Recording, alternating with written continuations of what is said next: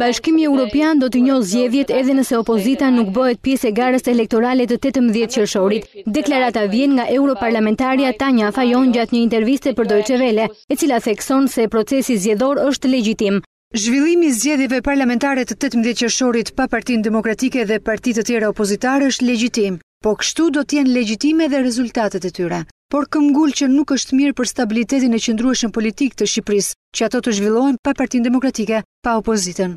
Për europarlamentaren Tanja Fajon ka ende shpresë që opozita të bëhet pjesë e garës elektorale të 18 qershorit. Ajo shprehet se propozimet e bëra më 25 prill nga McAllister dhe Fleckenstein në Tiranë mbeten ende në tryez dhe se u takon palëve politike të japin zgjidhje krizës.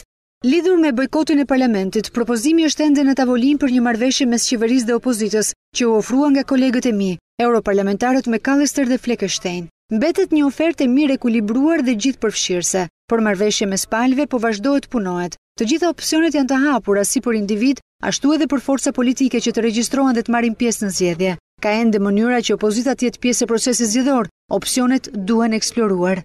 Kodi zgjedhor mund të ndryshohet, tha Fajon, nëse palët politike arrin në konsensus, ndërsa ndryshimet do të mundësonin edhe regjistrimin e opozitës në zgjedhjet e 18 qershorit. Më tej, Fajon ka folur edhe për zhvillimet të më të fundit politike në Kosovë e Maqedoni, duke theksuar se Bashkimi Evropian do të ndërmarrë veprime të forta për të siguruar që në Ballkanin Perëndimor nuk do të ketë incidente të dhunshme si në Maqedoni.